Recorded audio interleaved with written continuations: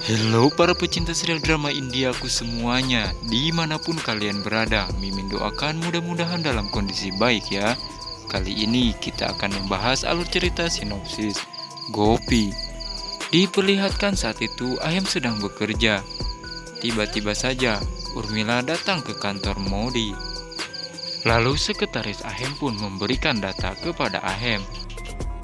Urmila di sana masuk ke kantor itu dengan diam-diam karena takut Ahem melihatnya. Lalu satu persatu ruangan pun dilihat oleh Urmila. Zigar datang menemui Urmila. Di sana mengatakan, "Mengapa ibu datang ke sini? Ada keperluan apa?" "Jika Ahem tahu, maka ibu akan diusir dari kantor ini," kata Zigar kepada Urmila. Terlihat Zigar saat itu sedang di ruangan Ahem.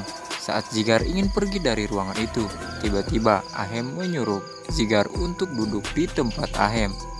Zigar merasa tidak enak dengan tingkah laku Ahem. Ahem mengatakan, "Tolong ceritakan kepadaku apa masalahmu. Jika kamu ada masalah, kamu jangan sungkan untuk cerita kepadaku," kata Ahem. Mendengar ucapan itu, Zigar sangat tersentuh hatinya dan ia berterima kasih kepada Ahem. Sepertinya di sini Zigar ada masalah dengan keuangannya. Ahem keluar dari ruangan, tetapi di sana ada Urmila yang saat itu sedang duduk. Urmila pun di sana sangat beruntung karena saat itu Ahem tidak melihatnya. Zigar pun keluar dari ruangan. Urmila mengejar Zigar, tetapi sepertinya di sana Zigar tidak ingin bertemu dengan Urmila karena ia merasa kesal kepada dirinya. Zigar pun langsung menelpon kepada Rasi, "Mengapa ibumu pergi ke kantorku dan ia telah mengganggu jam kerjaku?" Sontak saja, di sana Urmila merasa kaget dengan apa yang barusan diucapkan oleh Zigar. Urmila pun langsung pergi dan ia meninggalkan Zigar. Zigar merasa kesal kepada Urmila karena ia selalu meminta uang. Tetapi sepertinya Zigar merasa bersalah kepada Urmila. Di tempat lain, Gopi saat itu sedang menelpon dengan Ahem. Ahem berkata kepada Gopi, "Sepertinya saat ini keuangan keluarga Modi sedang bermasalah dan akan ada seseorang menemui keluarga Modi untuk menagih hutang." Gopi terlihat di sana merasa cemas. Dan di tempat lain, terlihat saat itu Kokila sedang membawa kain kotor. Tiba-tiba saja Urmila datang. Kokila merasa kaget karena tidak biasanya Urmila datang menghampirinya. Lalu Urmila pun berkata kepada Kokila bahwa saat ini ia ingin bertemu dengan Rasi. "Bolehkah aku masuk ke dalam rumah karena aku ingin bertemu dengan anakku?" Kokila menanyakan kepada Urmila, "Ada keperluan apa hingga dirimu merasa tergesa-gesa?"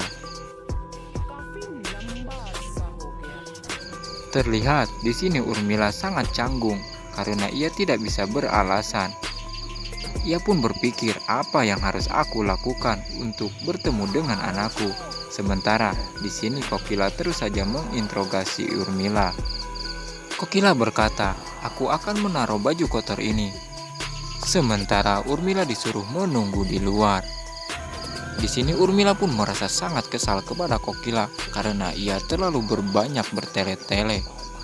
Saat Urmila sedang menunggu di luar, tiba-tiba saja seseorang menghampirinya. Urmila bertanya-tanya, "Siapakah ini?" Lalu Urmila pun menghentikan orang itu.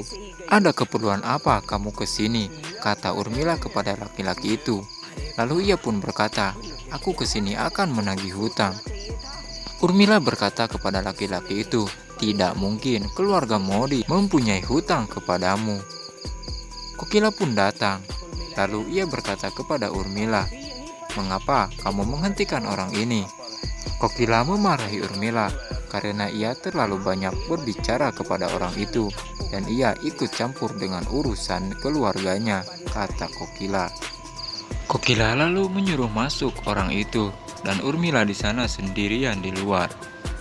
Urmila berkata kepada dirinya sendiri, "Jika aku tidak ketemu Rasi, maka celakalah diriku." Urmila langsung menerobos masuk ke dalam rumah. Ia pun lalu memberikan salam. Lalu ia meminta izin untuk bertemu Rasi. Parek dan Cirek memberikan surat rumah kepada orang itu. karena ia ingin meminjam uang. Saat orang itu memeriksa data itu, tiba-tiba saja ia mengatakan bahwa saat ini ia tidak bisa meminjam uang dari dirinya karena Ahem saat itu masih punya tunggakan kepadanya. Terlihat di sini Urmila dan Rasi sedang mengobrol serius. Semua orang yang berada di sana pun kaget. Zigar dan Ahem pulang dari kantor. Ahem terkejut saat melihat orang itu, begitu juga dengan Zigar. Lalu nenek menghampiri. Kokila berkata kepada orang itu, "Jelaskan, sejak kapan Ahem meminjam uang kepada dirimu?" Lalu orang itu pun mengatakan kepada Kokila bahwa Ahem sudah lama meminjam uangnya, tetapi ia belum mengembalikannya. Zigar menghampiri mereka. Ia pun berkata bahwa Ahem saat itu sedang memerlukan uang. Dan ia pun menjelaskan kepada semua orang. Lalu Ahem pun berjalan menghampiri Zigar. Dan Ahem berkata, "Biarkan aku yang menjelaskan semuanya." Kokila di sana marah kepada Ahem karena ia tidak meminta izin dulu kepada Kokila. Begitu juga dengan Gopi, ia terkejut karena Ahem tidak berbicara kepada Gopi atas pinjaman uang itu. Kokila berkata kepada Ahem, "Kamu telah lancang di rumah ini. Kamu tidak menghargai semua orang yang berada di rumah ini." Ahem terlihat di sini tertekan. Ia hanya terdiam. Terlihat di sini Ahem meneteskan air mata. Kokila menghampiri Ahem. Lalu ia pun membentaknya.